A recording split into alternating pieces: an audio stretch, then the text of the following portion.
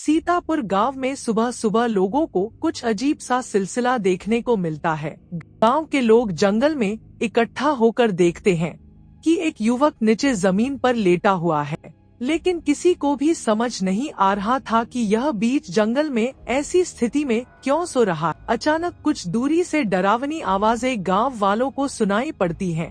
वो आवाज सुनकर गांव वाले घबरा जाते हैं और डर के कारण वो सभी गांव की ओर चले जाते हैं। अगली सुबह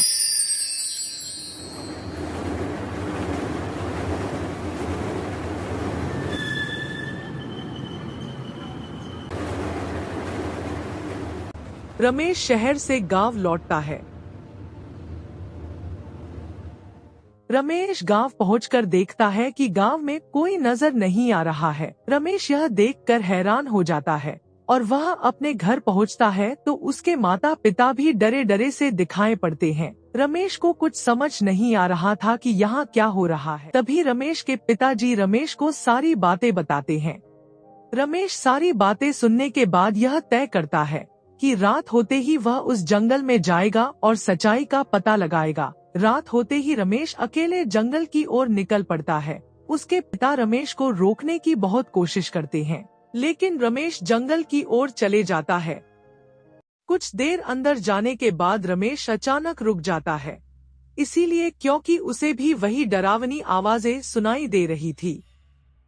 रमेश बिना डरे आगे बढ़ने लगता है और वो देखता है कि एक इंसान नुमा आकृति रमेश को दिखाई दे रही थी और उसे अपने पास बुला रही थी।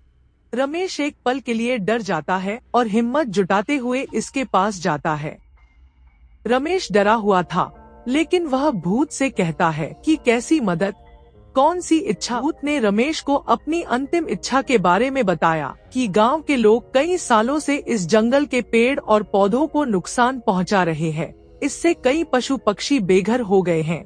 मैंने हमेशा इस जंगल को बचाने की पूरी कोशिश की, लेकिन मैं इसमें सफल नहीं हो पाया और अंत में मैंने अपनी जान गंवा दी और तब से मेरी आत्मा भटक रही है। इसीलिए मैं तुम्हारी मदद चाहता हूँ। अगर तुम मेरी सहायता करते हो तो मैं मुक्त हो जाऊंगा और मेरी इच्छा पूरी हो जाएगी। रमेश ने उस भूत की मदद करने का निर्णय किया। उसके बाद सुबह होते ही रमेश गांव में जाकर सभी को भूत की इच्छा के बारे में बताता है। गांव वाले रमेश की बात मान लेते हैं और वादा करते हैं कि आज के बाद कोई भी जंगल को नुकसान नहीं पहुंचाएगा। गांव वालों की बातों को भूत छुपकर सुन रहा था और चारों तरफ गांव में एक शांति का वातावरण छा जाता है और भूत की आत्मा को अंततः शांति मिल जाती है। इस कार्य से रमेश ने न केवल भूत को शांति दी, बल्कि अपने आप में साहस का भी अनुभव किया। वह अंधेरे जंगल से बाहर निकला और लोगों को यह कहानी सुनाते हुए उन्हें प्रेरित किया कि हर मुश्किल से निपटने के लिए साहस और दृढ़ता की आवश्यकता होती है।